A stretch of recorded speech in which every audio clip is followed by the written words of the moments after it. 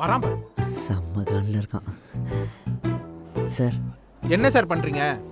என்ன சார்? கொஞ்சம் கூட ரெஸ்பான்சிபிலிட்டி இல்லையா சார்? ஏன் சார்? சும்மா என்ன சார் அந்த பையனை விட்டு இந்த மேடம் கிளாஸை டிஸ்டர்ப் பண்ணிட்டே இருக்கீங்க?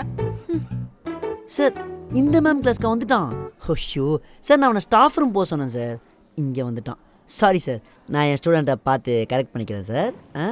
ஏய் ஏய் ஏய் சார்.